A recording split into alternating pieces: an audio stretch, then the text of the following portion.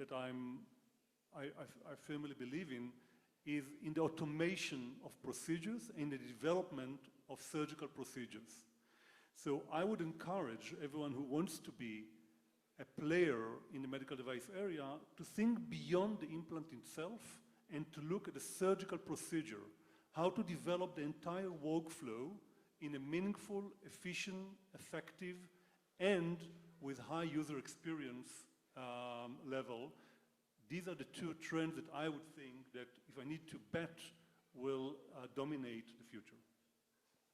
Okay, and Tamara, we're going to go to you. So talk to us about pharma. I think we all think that pharma is just GLP-1 now, right? Only diet is in the news. So apart from diet, what else is going to happen? Yeah, so it was very interesting to hear Ori's perspective about there's no shortage of data. So I'll cover two trends and maybe offer the large pharma perspective. So one perspective is internally to a pharma company. While it's true that there is no shortage of data within the pharma company, data that is based on years of experiments, years of clinical trials, years of regulatory submissions. One challenge that I feel all pharma companies are tackling is making that data AI ready, making sense of this data, connecting silo data to each other where it makes sense, right? Not all siloed data should be connected to each other. And in that sense, we are experiencing some move from point solutions to solve specific problems, let's say in med design or design of small molecules or large molecules or basically drugs, or better understanding human biology, to really addressing the foundational data issues. So that's definitely one trend in the drug discovery space. Another trend that I would like to talk about is a lot of you here potentially are engineers, and we're looking at building digital therapeutics, or maybe something that's between a device and a digital therapeutic. And with the new regulations that's called PRDRS in the US, that decouples the risk between a drug and a potential digital therapeutics, where you can develop a digital therapeutic independent of the underlying drug that you're helping to, the patients that you're helping to affect. I think that's going to be an interesting point in the life cycle of digital therapeutics, and it's something to watch. So we went through a cycle with digital therapeutics of a hype, of saying, okay, digital therapeutics will, could have the potential to replace a lot of drugs. And then the reality met the regulatory hurdles, the development hurdles, the coupling of drug and device hurdles. Now with this change in regulation that happened in the last year or plus 18 months, it'd be very interesting to see where this takes this. And so Anya, that ties also to your GLP-1 story, right? Because all these patients and disclosure, we only have pipeline medication in GLP-1, so I'm definitely not the expert, but they'll need applications and digital therapeutics to accompany them. Yeah, those are just two trends that I'm seeing that are worth watching. This is so embarrassing. The moderator is the one making all the noise. I apologize. You need a more innovative call, ringtone, Anya. Well, we're going to have a new machine-human interface with Q, right? So next time it's going to sense me, but right now, no. But I also wanted to relate to that point you made, because there was a big, I guess, aesthetics conference in Paris this week. and I just got some news from there, and everybody was talking just about diet and GLP-1, and everybody was talking how you need digital tools to moderate that, how you need to make the weight loss slower, how you need to monitor what's happening to people. So I think I agree with you very much. This is going to be very interesting. It will be a good use case to prove or to test whether the change in regulation, the advent of the GLP drugs, and then the ease of use and the right applications, if that really creates a synergistic effect. And because I'm in the research domain, in the drug discovery domain, I'm certainly not an expert, but I'm watching. Yes, so actually of the people sitting here and the entrepreneurs here, we see quite a lot of digital applications, not as much as digital therapy as we could have. So I think if you're an entrepreneur or potential entrepreneur and you're thinking about a good idea, this is a good space to look at. We should look at this more, Mahmoud, and get Tamara on board here. Okay, you want to go now? I can. Okay, so I wanted Shiri to talk about something different, because we all talk about innovation and we think about new products. So innovation in pharma, how do we get new drugs? Innovation in medical device, new surgical system. What Teva went out and did, and I was amazed, and that's why I want to talk about, they said there is more to innovation. There are many other areas like manufacturing, like logistics, even human resources. There are many areas where big companies need to innovate. And she will tell us about this, which I think is very unique and again opens opportunities for us here in East Jerusalem. Okay, so I want to relate first to your question from previously, and then I will jump into one of Teva's initiatives called RISE. So one trend that I can talk about, and Teva is definitely acting in that direction, is due to the competition growing in the pharma industry and cost of healthcare expenses coming up. We feel, and Teva is definitely active in this field, the two fields that really need innovation and solutions are, one, how to make the development of a drug or clinical trials more efficient and less costly. So means that the more you can skip some stages in the development of the trial, do it less costly, do better prediction of the success of a clinical trial. That's one field. And the second is to improve the user experience of taking a drug. For example, if you have a drug that is biologic and you can only take it with IV injection, then if you develop another formulation, and for that you need, of course, strong chemical capabilities and CMC capabilities, then you can take it in an oral drug. So Teva, for example, is very strongly active in the psychiatry space and taking drugs that exist in the market for many years, like risperidone and olanzapine, to treat schizophrenia and bipolar disorder, and have basically developed a sub-Q injection that you can take the drug instead of every day and even sometimes twice a day, and just go and do a simple once a month or once in every 2 months injection. That definitely something that improves dramatically the life of that patient and its family, especially psychiatric patients. They can't take a drug every day. They forget, they have good days and bad days, and that experience is really crucial for them. So in Teva Rise, we develop a couple of challenges, and we have a website. You can also take a look at it. Specifically, it's active in Israel, but those challenges, we address technologies from all over the world.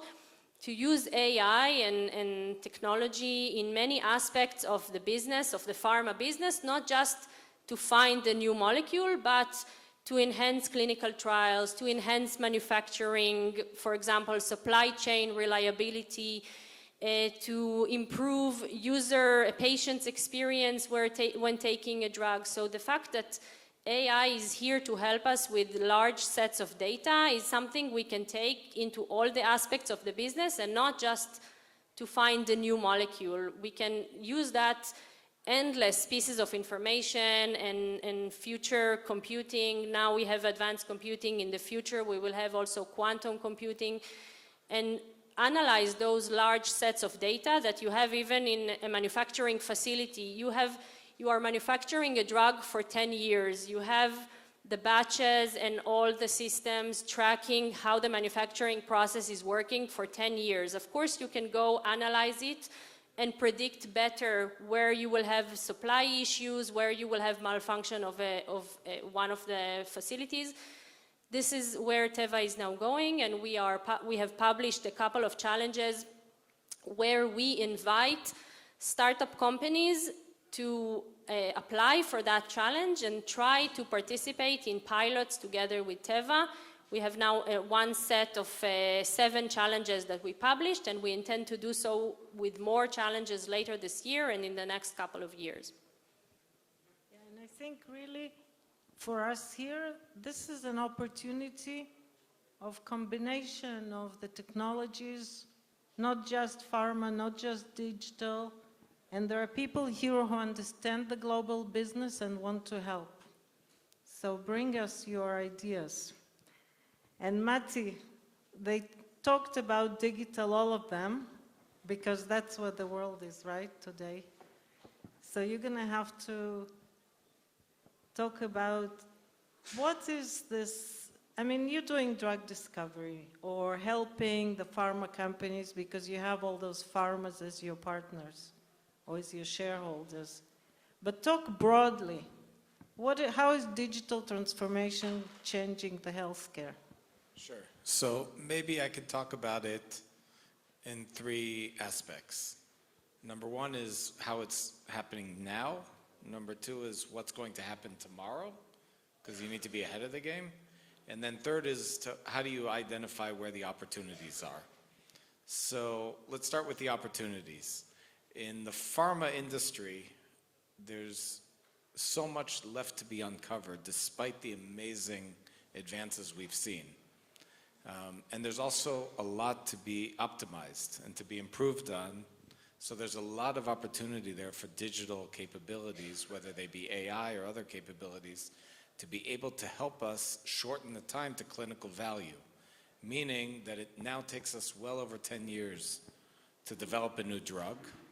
It takes us, on average, more than $2 billion to successfully bring a drug from the lab to approval by the FDA, and the percentage of the drugs that successfully navigate that whole process are less than 10%, which means that we fail as an industry more than 90% of the times. And in addition, we are discovering now new biological mechanisms like GLP-1 that basically was understanding basic biology, by understanding what we could change in the cells of a human being that would make them feel full and that they are not hungry anymore and that they should stop eating. But that uncovery, which is a biological uncovery, it's not an AI uncovery, it's not a digital uncovery, is going to create a whole industry around it of new drugs and then new digital applications for that.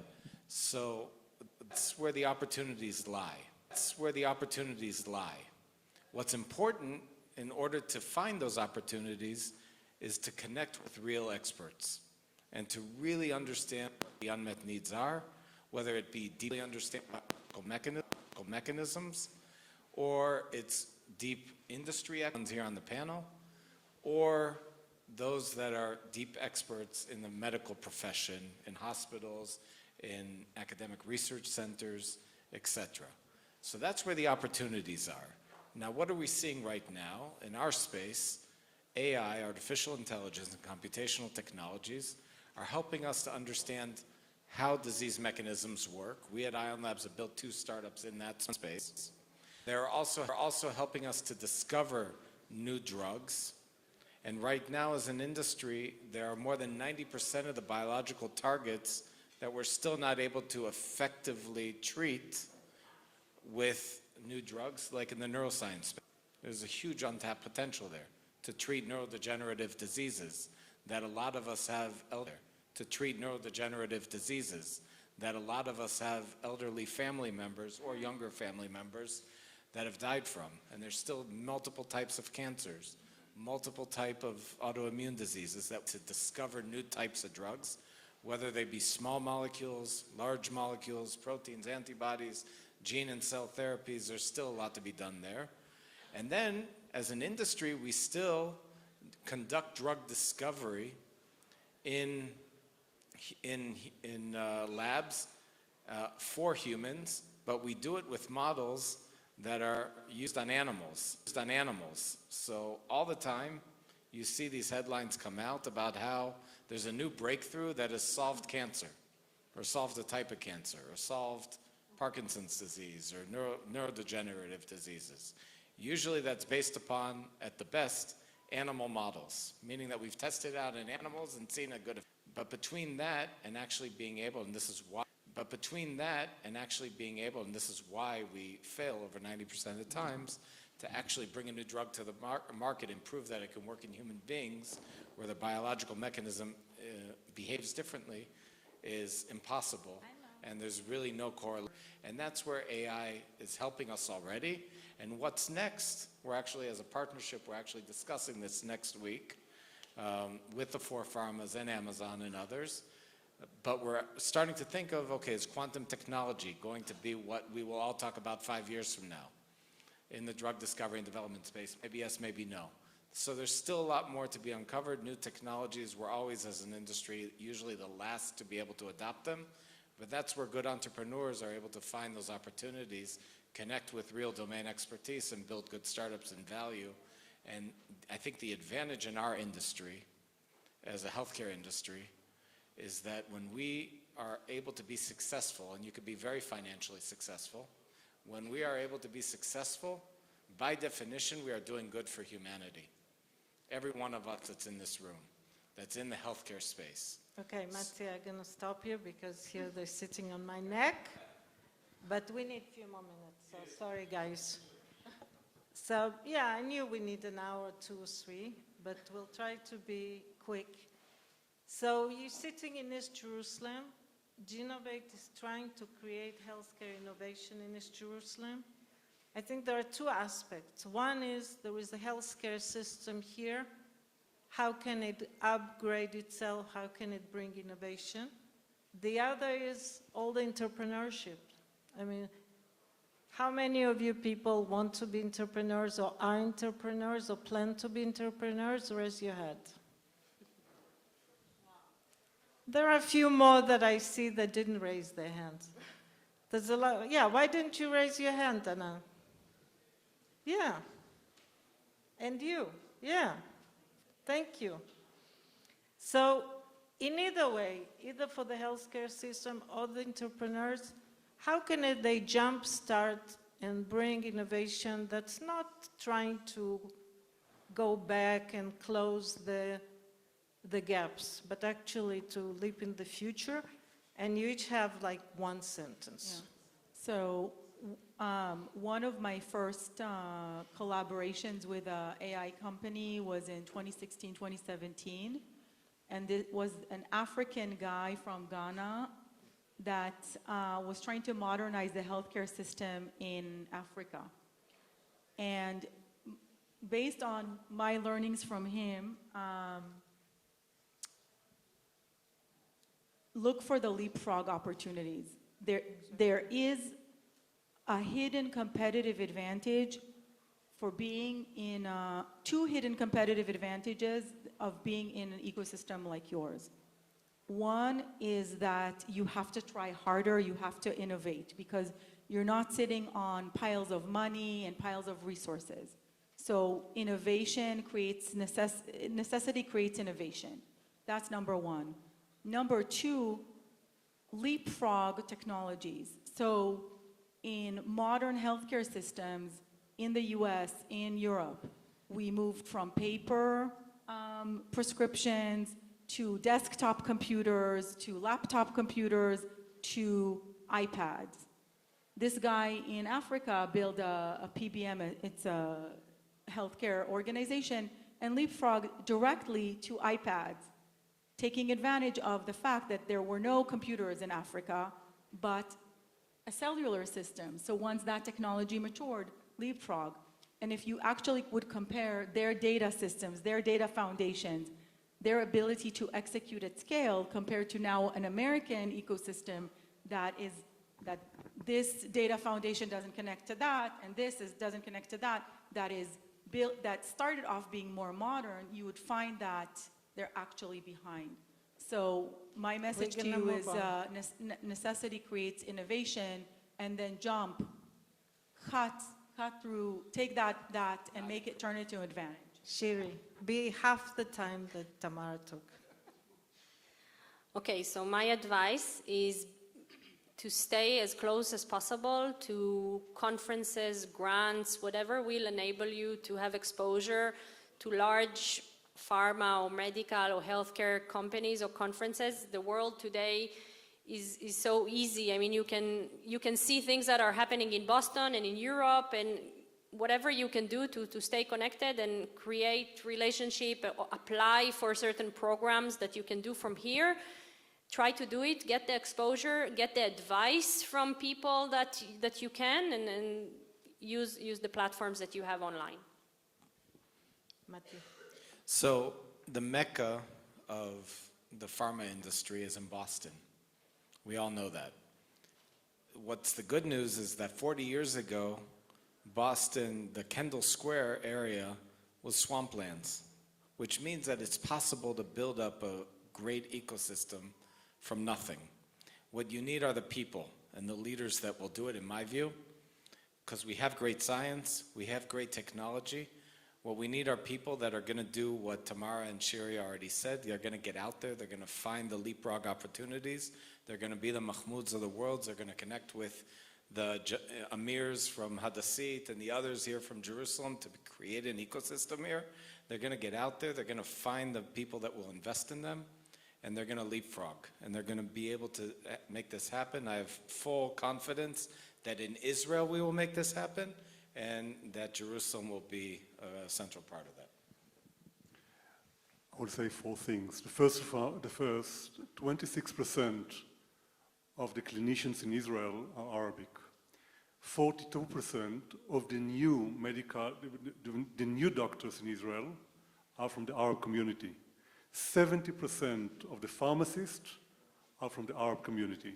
You are sitting on a huge human capital that need to be used in an effective way, and don't underestimate it. That's number one. Number two, be mentally prepared to a long journey. There are no shortcuts. So everyone who will tell you, just come with a good idea and the magic will happen, forget it. Not in my, at least not, this is not my story. So surround yourself with partners that you enjoy working with, knowing it's going to be an eventful journey. The third one is professionalism. So we often think that if we just come with a good idea, the rest will be done. There is no compromise on real professionalism. The way you present it, the way you manage the R&D, the way you communicate with others, stick to own this hill of professionalism in your organization. And the fourth and last one, build bridges and partnership has been mentioned with other groups. I think that these four elements will help to make the process. It may not be shortened tomorrow, but I think it will pave the road to where you want to be. What he said. And to summarize, one thing that Israeli ecosystem is different from any other is there are more people wanting to mentor others than anywhere else. And it really partakes to East Jerusalem as well. I mean, everybody I asked to come said, oh, they were so happy to come. You need connection to hospitals, you need connections to big companies, you need connection to anybody in the ecosystem. Talk to Mahmoud, and he knows how to get it for you. And good luck. Thank you. Sorry for running out. Sorry for not taking questions, but come and talk to us.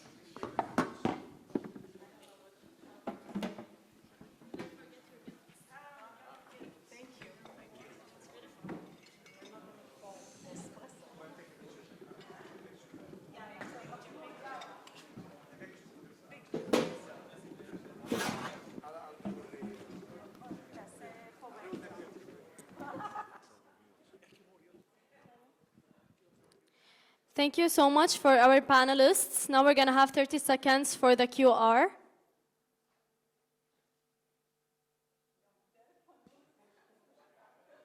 Scan the QR for the feedback.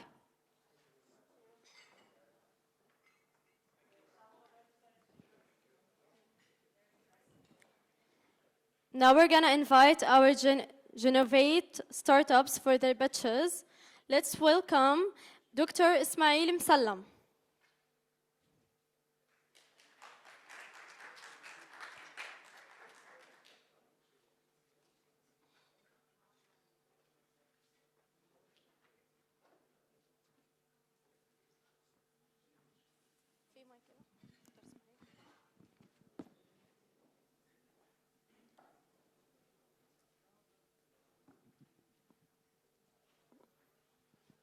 Hello, everybody. Could you launch the talk?